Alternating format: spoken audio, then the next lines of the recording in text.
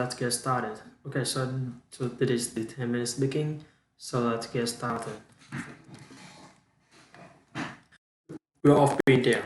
There's tasks that you need to get done. You could have woken up early and go to the gym, or read a book, or meditated, and consistently keep procrastinate. Why? In this video, I'm gonna cover 9 reasons that people procrastinate and 9 solutions that are proven to work to help you overcome. The first thing, the first one is you start your day by setting yourself up for failure and not success. Find the best way to start your day.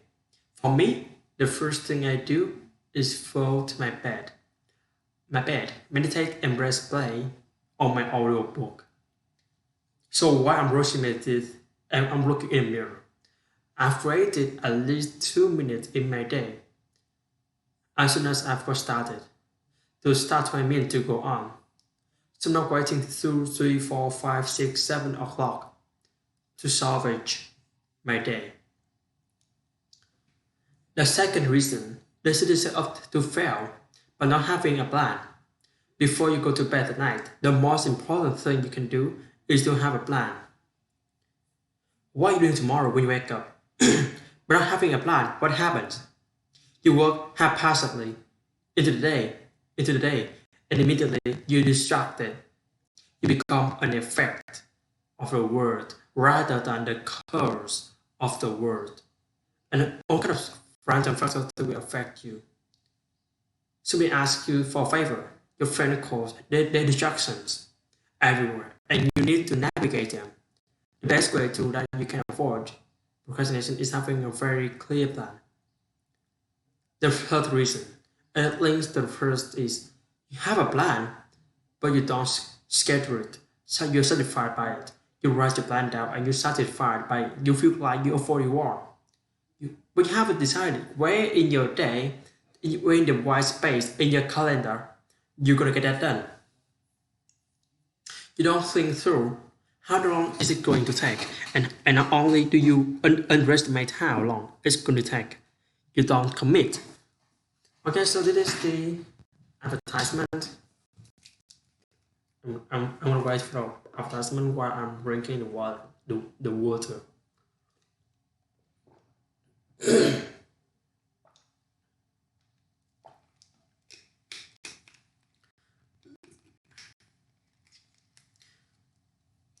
When you have the clarity of when it's going to happen, and how it's going to happen, and why it's important to you, it's going to get done. But by leaving something to chance, by having some wiggle room, you make it more likely that you're going to procrastinate. Leave no stone unturned. Make it very clear. So all you have to do is step into your running shoes, open the door, and go for a 2 mile run. That 2 miles run that you know what to do. That you know you want to do. The fourth one is you don't put yourself in productive environment. Be real. Are you going to get your book written? Are you going to get your assignment done? Are you written? Are you get your assignment done? Are you going to get the assignment? Assignment. Be real. Are you going to get book written? Are you going to get the assignment done by sitting in your pajamas again and working from home? Or working from somewhere where it's comfortable? Or are you going to be more productive if you go to the wider group? You sit with other people to write the next chapter of your blog or your book. Number 4. What is more productive environment around you? Who are the productive people that you know that you can expose yourself to so you get what you need to done? Number 5. Distracting technology, distracting people and places. What I mean by this is there have been so many times where I love my family, but they get distractions sometimes. I'm sitting on my laptop, I have my headphones on, I'm focusing on something, But there's so many video they want me to watch a random question that really I don't need to answer right now. And so what happens? My attention is stored here and it takes another 20 minutes sometimes for me to get back into my flow. And that the fault really it wasn't my family, it was me. I know what I could do. I know I could go to a coffee shop down the road, or just to the bus stop, or sitting in a car or a cafe at my local gym. Number six is you have an avoidance for a particular type of task. What I noticed was when I was talking to my friend about this task, I know it's time to do what a long comedy return. What am I doing?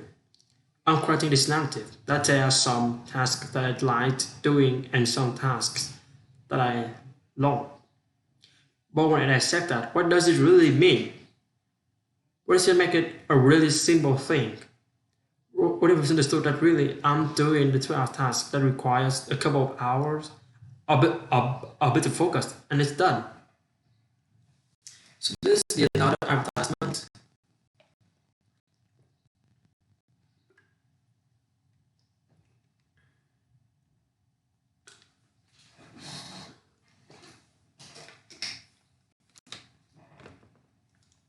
It's not a task that's a problem. It's a way that I mentally set myself up to avoid it, and thereby creating more challenges to get the things done. Once you reduce the obstacles, things become much easier and less likely to procrastinate. Look at your own task list. Look at the things you want to get done to be more productive, to be more disciplined, to build better habits, and ultimately improve yourself. Write some things that are kind of boring but need to get done when you just put off with this excuse. This excuse, this long, I can't be bothered. And instead, if we just focused on the solution, what would make it easier? How long does it really take? And is it really about us just making as bad as you making out? Number seven is the demon of perfectionism. Perfectionism. When it comes to making videos, when it comes to writing a funding application, when it comes to sending a message to the people I care about, there's so many times where perfectionism has gotten in the way. And I constantly remind myself, done is better than none. Complete is better than perfect. So take a look at the things you want to achieve. For the big goals, write out to the tiny tasks. Where does perfectionism get in your way? And what if you stop trying to be perfect and you started being consistent? You started focusing on ticking the checkbox, completing tasks, rather than trying to make them too perfect. Because every day doing things to 70%, but consistently and completely is better than 100% some of the time. Number eight, you don't see the point. You don't see the point in a task because somebody else has set it for you. Or just what you've always done.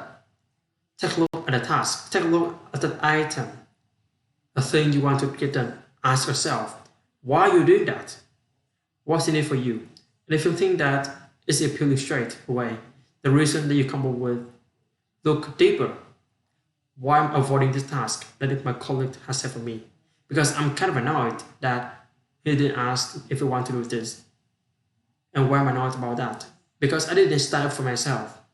I didn't communicate effectively. I did a lot to help you out, but I have enough on my plate. So think through, why is it that you're engaging in the task? What benefit, if not immediately, does it have for you? And the final one, you haven't prioritized things properly. I like to think of all the tasks that people set for me, and I set to myself as belonging in four categories: urgent, very important, kind of important, and this can wait. The things that can wait, normally set by other people. Can you pick up some milk for me? Yeah, I can, but once I've completed the things that were important to me, the urgent things, I need to send invoice to get paid. I need to pay someone in my company. By prioritizing and knowing what is the task sit for me, Is something I need to just list? Is something that I need to delegate? Is something that I need to do?